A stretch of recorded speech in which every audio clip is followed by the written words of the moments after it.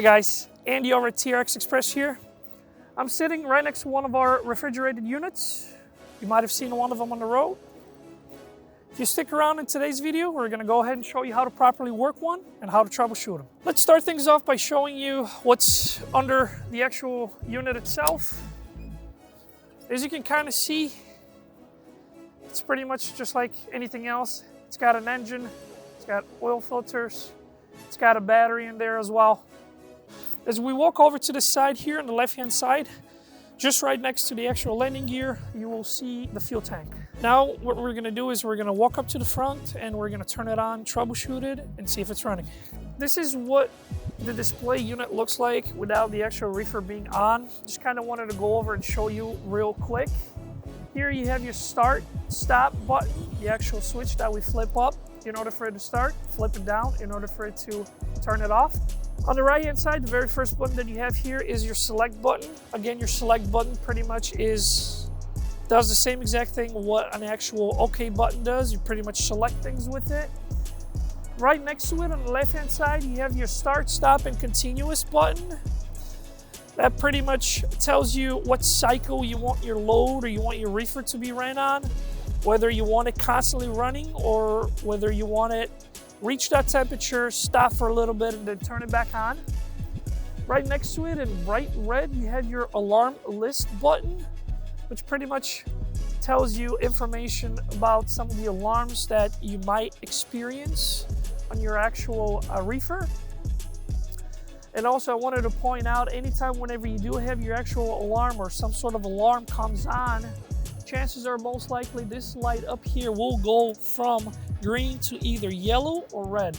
Right next to the alarm list, we have our manual defrost button, which pretty much allows you to defrost and liquefy some of that ice buildup in order for the actual reefer to run better. Here on the left-hand side, you have your arrows up and down. Those we normally use to change the temperature, whether it's going up or down. Right underneath, you have your equal button. If you don't hit the equal button, the temperature will not change. Right up above, you're gonna have a number that's gonna point out your set point, which would be pretty much the temperature that you set it on. Right next to it, on the right-hand side, is gonna show you the temperature of the box. So of course, those are gonna be two different numbers if you're first starting the trailer. Let's say, for example, if you want the temperature to be at -10, chances are most likely your box is gonna be 50 or 60 degrees, depending on where you currently are. Once the switch is flipped, you're gonna have to wait approximately about a minute and a half for the unit to kick in. The little green light indicator serves a great purpose. It pretty much shows you whether or not temperature-wise everything else is okay. So as you're driving down the road, what you're supposed to do is you're supposed to keep an eye on this light here and make sure that it's always green at all times. If for any reason the light happens to be yellow or red, that's an indicator for you to pull over right away and make sure that you take a look at your screen and see what the alarms are and what sort of codes are being thrown at you. Normally it's an easy fix. All you have to do is just clear the alarms. However, sometimes if it's something more serious, an actual technician would have to come out, or you yourself can go in and get it looked at. For example, let's just say that our next load happens to be a dry load. What we're gonna do is we're gonna need to shut this reefer off. In order for us to do that is pretty much do the opposite of what we did earlier. Instead of flipping the switch up, we're just gonna bring it down. And that's all there is to it. Alrighty, so this was our carrier unit. Now, there happen to be a different kinds of units. You have Thermo King, you have carrier, and we actually happen to have a Thermo King unit in here present with us.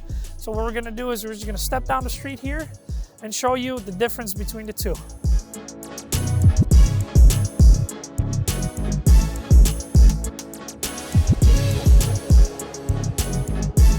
As you can see, the screen is a little different. This happens to be a little smaller. On the left-hand side of here, we have our on and off button as opposed to an actual switch. Down here in the bottom, we have our product set point. You have your gauges button right next to it, the sensor button, and then the actual menu button. An example of an alarm being thrown at us would be this little triangle that's got an exclamation point right inside. So in order for us to look those up, we have to hit menu. The two alarms that we have here are engine stop and low battery voltage. What we're gonna do is we're gonna go back to the engine stop. We're gonna try to clear this just so we can show you what happens. Once we clear that alarm, it's now giving us only 1 out of 1, meaning one of the alarms has been cleared, and we now have a low battery voltage. Again, we're gonna go ahead and try to clear this. If it allows me to clear it, that's a good thing. If it doesn't, what will happen is the alarm will come back again, and chances are most likely that it might be something serious. We would either have to take it to an actual shop or have somebody get it looked at.